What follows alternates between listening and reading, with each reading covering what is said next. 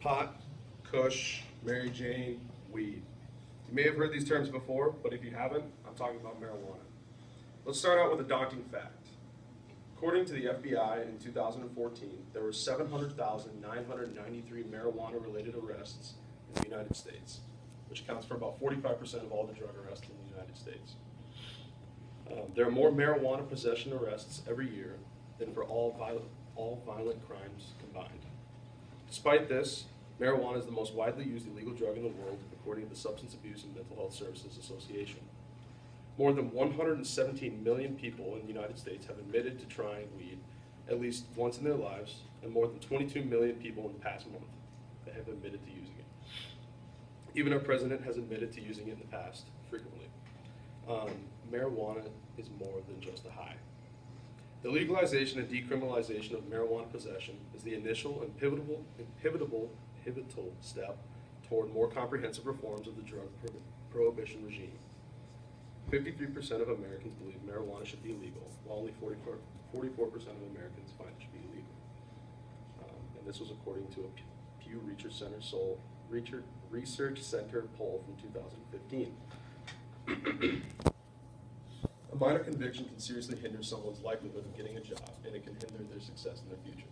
With so many arrests of typically law-abiding citizens, shouldn't we consider revisiting this petty crime if there are multiple opportunities of success from it?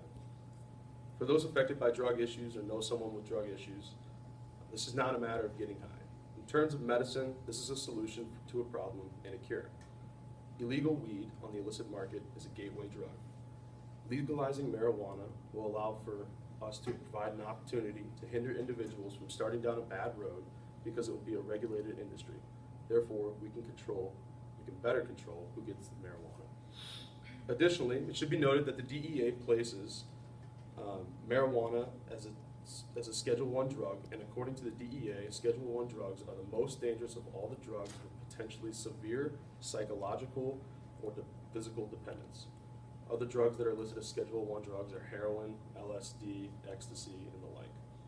So to clarify, we have a natural plant that is the cause of prison overpopulation, and this plant can cure diseases and is used to treat people with a medical condition, yet the government deems it one of the most dangerous drugs of all time.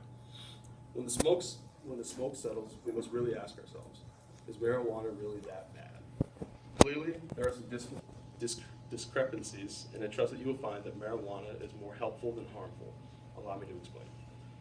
3 main points as to why marijuana should be legalized are the following. Firstly, legalization of marijuana will create jobs. Legalizing and regulating marijuana will bring the nation's largest cash crop under the rule of law. This will create jobs and economic opportunities in the formal economy instead of the illicit market. Secondly, the legalization of marijuana will save us money. Scarce law enforcement resources that could better be used to ensure public safety would be preserved while reducing corrections and court costs. State and local governments would acquire significant new sources of tax revenue from regulating marijuana sales as well. That's according to the Drug Policy Alliance. Thirdly, the legalization of marijuana will reduce harm in our communities. The criminalization of marijuana use disproportionately harms young people and people of color, and it sponsors massive levels of violence and corruption, and fails to curb youth access. Additionally, marijuana has other benefits both medically and scientifically. According to Nathan Seppa, the scientific literature now brims with potential uses for cannabis that extend beyond its well-known abilities. Marijuana may combat multiple sclerosis, Crohn's disease, and other inflammatory conditions, and additionally, it may even kill cancerous tumors. Lastly, marijuana has been deemed safer than alcohol and tobacco. According to a study in the journal Scientific Reports, the finding concludes that the results point to risk management prioritization towards alcohol and tobacco rather than the illicit drugs. The high margin of exposure values of cannabis, which are a low risk range, suggest a strict legal regulatory approach rather than the current prohibition approach. Although I'm not a recreational medical user of marijuana, as a taxpayer, a pre-law major, and a JD candidate, I see an opportunity for all of us. We are currently on the brink of $1 billion cutting-edge industry that needs to be explored.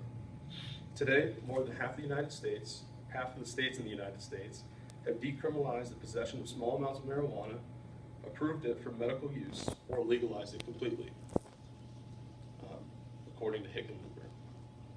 Colorado and Washington in 2012 were the guinea pigs of the legalization and sale of marijuana by adults 21 and over. Since then, the results have reflected that revenue is up and crime is down. In the first 5 months of 2013 and 2014, there has been a 10.1 decrease in arrests according to the Uniform Crime Reporting Denver, the Denver Police Department. Also, in 7 months of regulation of marijuana sales, there have been $27 million in taxes and fees collected in Colorado alone. That's $3.8 million a month and over $125,000 per day at the current rate. So, in conclusion, I ask you to consider for a brief moment the opportunities we are presented here. The United States has been founded on the belief in opportunity. This opportunity has come and knocked on our door, yet we decline to answer because our brains have been filled with myths about this dangerous drug that kills. Let's look at the facts. It's a $1 billion industry that will create jobs and get the economy back on track. There are medical benefits to using it. There's evidence that the legalization of marijuana has lowered crimes and arrests. Although it seems like an unconventional and untraditional policy, these are the kinds of policies and ideas that have created success.